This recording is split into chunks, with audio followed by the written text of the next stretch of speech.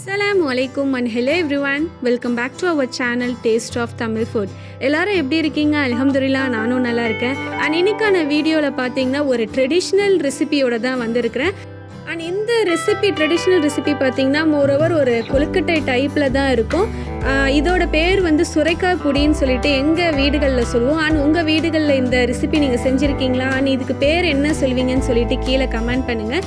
So இந்த video வந்து skip பண்ணாமல் பாருங்கள். ரொம்பவே ஒரு சூப்பரான எம்மியான ஒரு ட்ரெடிஷ்னல் ரெசிபியோடு தான் வந்திருக்கேன். கண்டிப்பாக குட்டீஸ் எல்லாருக்குமே வந்து இந்த ரெசிபி பிடிக்கும். ஏன்னா ஸ்வீட்டாகவும் இருக்கும், கொஞ்சம் காரமாகவும் இருக்கும். ஸோ குட்டீஸ் எல்லாருக்கும் வந்து கண்டிப்பாக இந்த ரெசிபி பிடிக்கும்.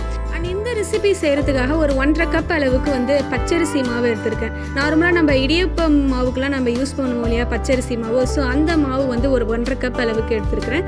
அண்ட் இதில் ஒரு 1/2 டீஸ்பூன் அளவுக்கு வந்து தூளுப்பூ நான் சேர்த்துட்டு நல்ல வெதுவெதுப்பான தண்ணியை நான் வந்து இந்த மாவு கூட சேர்த்து நல்லா மிக்ஸ் பண்ணியிருப்பேன். நார்மலாக நம்ம இந்த இடியப்பம் மாவுலாம் ரெடி பண்ணுவோம் இல்லையா அந்த டைப்பில் தான் வந்து இந்த மாவு நான் இப்போ ரெடி பண்ணிகிட்டு இருக்கிறேன்.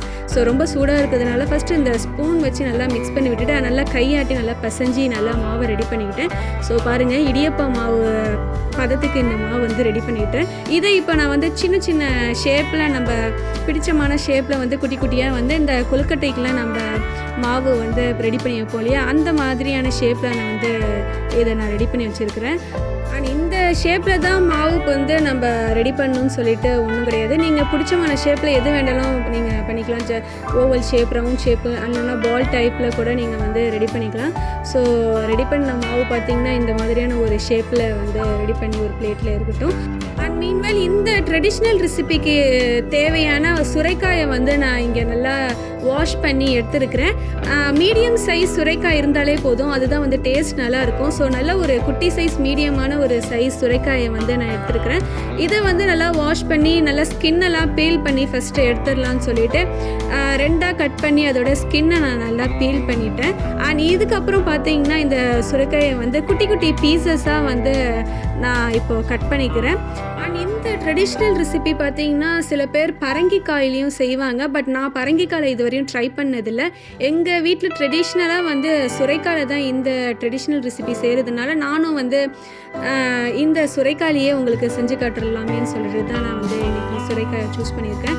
ஸோ இதை வந்து குட்டி குட்டி பீசஸாக இதை போல் அந்த வெங்காயம்லாம் வந்து கட் பண்ணுவோம் இல்லையா சாம்பாருக்கு. ஸோ அந்த மாதிரியான ஒரு சைஸில் வந்து ஒரு மீடியம் சைஸாக வந்து சுரைக்காயை வந்து குட்டி குட்டியாக நான் வந்து கட் பண்ணி எடுத்துக்கலாமேன்னு சொல்லிட்டு இங்கே நான் கட் பண்ணிகிட்டு இருக்கிறேன். அண்ட் இந்த ரெசிபி வந்து நீங்கள் வீட்டில் ட்ரை பண்ணியிருக்கீங்களா, உங்கள் வீட்டுக்குள்ளே செஞ்சுருக்காங்களான்னு சொல்லிட்டு கீழே கண்டிப்பாக கமெண்ட் பண்ணுங்கள். ஏன்னா எத்தனை பேருக்கு இந்த ரெசிபி தெரியுங்கிறது வந்து இந்த பாரம்பரிய ரெசிபி தெரியுங்கிறது வந்து எனக்கு தெரியல. ஸோ இந்த ரெசிபி நீங்கள் சாப்பிட்ருக்கீங்களான்னு சொல்லிட்டு கீழே கமெண்ட் பண்ணுங்கள். அண்ட் நீங்கள் இதுவரையும் ட்ரை பண்ணது இல்லைன்னா கண்டிப்பாக இந்த வீடியோ பார்த்துட்டு இந்த ரெசிபியை நீங்கள் செஞ்சு பாருங்கள். அவ்வளோ டேஸ்டி அண்ட் எம்மியாக இருக்கும். நல்லா நாட்டு சக்கரைலாம் போட்டு செய்யக்கூடிய ஒரு ரெசிபி தான். அண்ட் இங்கே சுரைக்காயை பார்த்தீங்கன்னா பாதி கட் பண்ணி அதை தான் வந்து குட்டி குட்டி பீசஸாக வந்து போட்டு எடுத்துருக்கிறேன். மீதி பாதியை நான் வந்து போடலை. ஏன்னா பாதி கட் பண்ணதே பார்த்திங்கன்னா நிறையா இருக்கிற மாதிரி இருந்தது. ஸோ நம்மளுக்கு பாதி சுரைக்காவே போதும்னு சொல்லிட்டு பேலன்ஸை வந்து வேறு ஏதாவது சமையலுக்கு யூஸ் பண்ணிக்கலாமேன்னு சொல்லிட்டு அப்படியே வச்சுட்டேன். அண்ட் இங்கே வந்து ஒரு கடாயை ஹீட் பண்ணி அதில் ஒரு 2 டேபிள் ஸ்பூன் அளவுக்கு வந்து நல்லெண்ணெய் சேர்த்துருக்கிறேன். அண்ட் இதில் 1 டேபிள் ஸ்பூன் அளவுக்கு வந்து கடுகு சேர்த்து கடுகு பொரிஞ்சதுக்கப்புறம் பார்த்திங்கன்னா ஒரு 2 காஞ்ச மிளகாயை வந்து இதில் நான் சேர்த்துக்கிறேன். அண்ட் இதெல்லாம் பொரிஞ்சதுக்கு அப்புறம் பார்த்திங்கன்னா சைடில் நல்லா கட் பண்ணி வச்சுருந்த சுரைக்காய் இருக்கு இல்லையா அதை இப்போ நல்லா வாஷ் பண்ணி டேரெக்டாக இந்த கடாயிலேயே நான் சேர்த்துக்கிறேன். ஸோ சேர்த்ததுக்கப்புறம் கேஸை லோ ஃப்ளேமில் வச்சு நல்லா இந்த சுரைக்காயை வந்து ஒன்ஸ் நான் எண்ணெயிலே நல்லா வதக்கிக்கலாம். ஒரு 2 நிமிஷம் அளவுக்கு கேஸை லோ ஃப்ளேமில் விட்டு நல்லா இது போல் நான் வதக்கிக்கிறேன். அண்ட் இதுக்கப்புறம் பார்த்திங்கன்னா ஒரு 1/2 டீஸ்பூன் அளவுக்கு வந்து மஞ்சத்தூள், ஒரு 1/2 டீஸ்பூன் அளவுக்கு பார்த்திங்கன்னா தூள் உப்பும் நான் வந்து இது கூடயே சேர்த்துட்டு நல்லா ஒன்ஸ் வந்து மிக்ஸ் பண்ணி எடுத்துக்கிறேன். அண்ட் இதுக்கப்புறம் ஒரு 1.5 கப் அளவுக்கு தண்ணி மட்டும் நான் இதில் சேர்த்துட்டு நான் க்ளோஸ் பண்ணி விட்டுடுறேன். அண்ட் இந்த சுரைக்காயில் பார்த்திங்கன்னா ஆல்ரெடி வந்து தண்ணி விடும். ஸோ தண்ணி பார்த்திங்கன்னா உங்கள் சுரைக்காய்க்கு அளவுக்கு ஏற்ற மாதிரி நீங்கள் சேர்த்துக்கோங்க. நான் வந்து ஒரு 1.5 கப் அளவுக்கு தான் வந்து இந்த சுரைக்காயில் வந்து தண்ணி சேர்த்துருக்குறேன். ஸோ தண்ணி சேர்த்துட்டு ஒன்ஸ் நல்லா மிக்ஸ் பண்ணி விட்டுட்டு நல்லா க்ளோஸ் பண்ணி விட்டுட்டு ஹை ஃப்ளேமில் ஒரு 3 நிமிஷம் அப்படியே இருக்கட்டும். ஸோ 3 நிமிஷத்துக்கு அப்புறம் பார்த்திங்கன்னா ஓப்பன் பண்ணி பார்க்குறேன். அந்த சுரைக்காயெல்லாம் வந்து நல்லா வெந்து உங்களுக்கு வந்தது தெரியும்னு நினைக்கிறேன். ஸோ இங்கே வந்து சுரைக்காய் ஒன்ஸ் நல்லா வெந்ததுக்கு அப்புறம் நல்லா செக் பண்ணிட்டதுக்கப்புறம் பார்த்திங்கன்னா நாட்டு சர்க்கரை இருக்கு இல்லையா? அது ஒரு 10 டேபிள் ஸ்பூன் அளவுக்கு நான் சேர்த்துருப்பேன். உங்க ஸ்வீட்டுக்கு ஏத்தா மாதிரி இந்த சர்க்கரைய சேர்த்துக்கோங்க. எனக்கு வந்து கொஞ்சம் இதில ஸ்வீட் அதிகமா இருந்தா பிடிக்குங்கிறதுக்காக பார்த்தீங்கன்னா, ஒரு 10 டேபிள் ஸ்பூன் அளவுக்கு வந்து நாட்டு சர்க்கரை சேர்த்துருக்கிறேன். ஸோ சர்க்கரை சேர்த்துட்டு ஒன்ஸ் நல்லா அது கரைஞ்சதுக்கு அப்புறம் பார்த்தீங்கன்னா, இந்த பச்சரிசி மாவுல நம்ப ரவுண்ட் ஷேப்ல நம்ப மோல்ட் பண்ணி வச்சிருந்த மாவ வந்து நான் இப்போ இந்த கடாயில சேர்த்துடுறேன். நீங்க அப்படியே கொட்டிட்டா எல்லா மாவும் பார்த்தீங்கன்னா, ஒண்ணோட ஒண்ணு சேர்ந்து ஒட்டிக்கும். ஸோ ஒண்ணு ஒண்ணா இது போல வந்து பிரிச்சு தனித்தனியா போடுங்க. ஸோ பாருங்க நம்ப ஷேப் பண்ணி வச்சிருந்த அந்த கொழுக்கட்டை மாவ வந்து நான் இப்போ இந்த கடாயில சேர்த்துடுறேன்.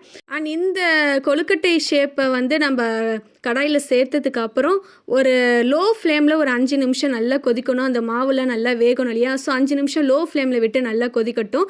அண்ட் அந்த டைம்லேயே நல்லா கொதிச்சிட்டு இருக்கிற டைம்லேயே பார்த்தீங்கன்னா, அந்த பச்சரிசி மாவுல கொஞ்சமா ஒரு 2 டேபிள் ஸ்பூன் மட்டும் நான் பவுல்ல எடுத்துட்டு நல்லா தண்ணீல மிக்ஸ் பண்ணி நான் இதில சேர்த்துக்கிறேன். அண்ட் இத சாப்பிடும்போது கொஞ்சம் திக்கான கன்சிஸ்டன்சில இருக்குங்கிறதுக்காக தான் நான் இப்படி செய்றேன். ஏன்னா நம்ப சுரைக்காயிலயும் பார்த்தீங்கன்னா, நெறைய வாட்டர் கன்டென்ட் இருக்கிறதுனால ரொம்ப தண்ணி விடும் அப்படிங்கிறதுனால, இந்த மாவு கரைச்சி ஊத்துனா கொஞ்சம் வந்து அந்த திக் கன்சிஸ்டன்சி இருக்குங்கிறதுக்காக தான் வந்து இந்த ஸ்டெப்ப வந்து நம்ப செய்றோம். ஸோ கேஸ லோ ஃப்ளேம்ல விட்டு ஒரு 5 நிமிஷம் நல்லா கொதிச்சதுக்கப்புறம் பார்த்தீங்கன்னா, நம்ப சேர்த்த அந்த பச்சரிசி மாவு, கொழுக்கட்டை மாவு இருக்கு இல்லையா? அது நல்லா ஒன்ஸ் நல்லா வெந்துருச்சான்னு சொல்லிட்டு செக் பண்ணி பார்த்ததுக்கப்புறம் ஆஃப் பண்ணுங்க. அண்ட் நான் இங்கே வந்து ஒரு கத்தி யூஸ் பண்ணி வெந்துருச்சான்னு சொல்லிட்டு பார்க்குறேன். நல்லாவே வெந்துருச்சு. ஸோ கேஸ் ஆஃப் பண்ணிவிட்டு அப்படியே நீங்கள் விட்டுருங்க. ஒரு 5 நிமிஷம் அப்படியே இருக்கட்டும். அண்ட் இப்போ ரொம்ப தண்ணியா இருக்கு இல்லையா? ஒரு 5 நிமிஷத்துக்கு அப்புறம் பார்த்தீங்கன்னா, கொஞ்சம் ஆறுனதுக்கு அப்புறம் நான் ஒரு பவுல்ல எடுத்து காமிக்கிறேன். எவ்வளோ திக்கா மாறிடுச்சுன்னு பாருங்க. அண்ட் இந்த ட்ரெடிஷ்னல் பாரம்பரியமான சுரைக்காய் பொடி ரெசிபியை வந்து நீங்களும் கண்டிப்பாக நான் செஞ்ச மெத்தடில் ட்ரை பண்ணி பாருங்கள். ட்ரை பண்ணி பார்த்தீங்கன்னா அந்த பிக்சரை வந்து டேஸ்ட் ஆஃப் தமிழ் ஃபுட்டுங்கிற இன்ஸ்டாகிராம் பேஜ்க்கும் ஷேர் பண்ணுங்கள். அண்ட் இந்த ரெசிபியை நீங்கள் கண்டிப்பாக ட்ரை பண்ணி பார்த்துட்டு அது எப்படி இருந்துச்சுன்னு சொல்லிட்டு கீழே கமெண்ட் செக்ஷன்லேயும் வந்து உங்கள் ஃபீட்பேக் சொல்லுங்கள். ஸோ இதை போல் இன்ட்ரெஸ்டிங்கான நிறைய ரெசிபி அண்ட் வ்ளாக்ஸோட உங்களை அடுத்த வீடியோவில் வந்து சந்திக்கிறேன். தேங்க்யூ.